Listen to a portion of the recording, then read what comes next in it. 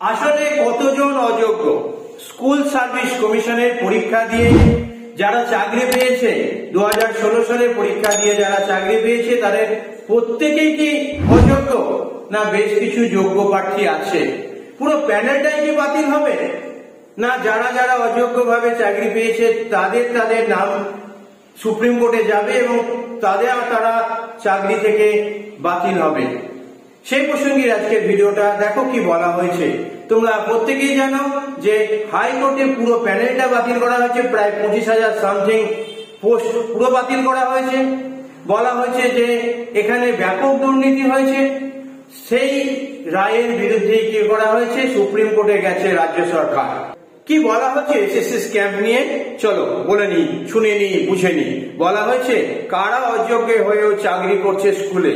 Supreme কোর্টে নাম, roll number সব জমা দিল স্কুল সার্ভিস কমিশন বা এসএসসি। আসলে কারা অযোগ্য?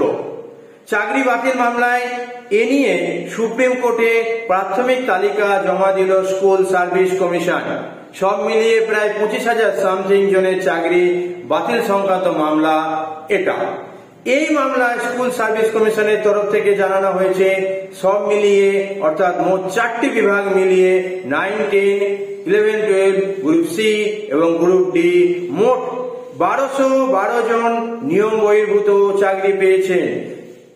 সেই হলফনামায় বলা হয়েছে যে এদের মধ্যে কারো নাম এসএসসি অর্থাৎ স্কুল সার্ভিস কমিশন সুপারিশ করেনি। তাহলে স্কুল সার্ভিস কমিশন যদি সুপারিশ না করে মধ্যশিক্ষা পর্ষদ থেকে তারা কিভাবে লেটার পেল, নিয়োগপত্র পেল, সেটা নিয়ে প্রশ্ন উঠবে হয়তো। যাই হোক, 4টি বিভাগে কোথায় কতজন অযোগ্য তার তালিকা তুলে ধরেছে স্কুল সার্ভিস কমিশন।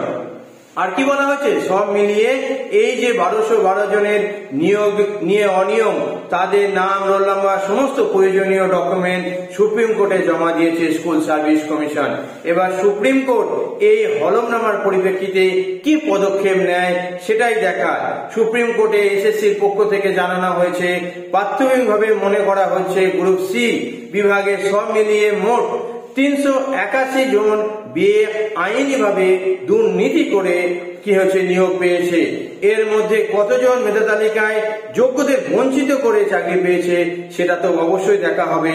সেই সংখ্যাটা মোটামুটি ধরে নেওয়া হচ্ছে 132 জন। সেই সঙ্গে হলফনামায় আরো উল্লেখ করা হয়েছে, কি উল্লেখ করা হয়েছে না প্যানেলের বাইরে থেকে সব মিলিয়ে 249 জন চাকরি পেয়েছে। এছাড়াও গ্রুপ ডি যে নিয়োগ আছে সেখানেও বেশ কিছু অনিয়ম দেখা দিয়েছে। কি আছে সেখানে বলা হয়েছে গ্রুপ ডি নিয়োগে সব মিলিয়ে মাত্র 608 জন নাকি কি হচ্ছে এইভাবে অনিয়ম ভাবে চাকরি পেয়েছে। সেই সঙ্গে প্যানেলে নাম না থাকা সত্ত্বেও চাকরি পেয়েছে 371 জন। সেই সঙ্গে 237 জনের মেধা তালিকা এগিয়ে রাখা হয়েছে, তারা ঠিকঠাক ভাবে তাদের র্যাঙ্ক অনুসারে চাকরি পায়নি। যাই হোক, সব মিলিয়ে এই যে এসএসসি বলছে না তারা রেকমেন্ডেশন করেনি পর্ষদ থেকে, অথচ তারা স্কুলে চাকরির রেকমেন্ডেশন পেয়েছে, এই নিয়ে একটা জটিলতা সৃষ্টি হয়েছে।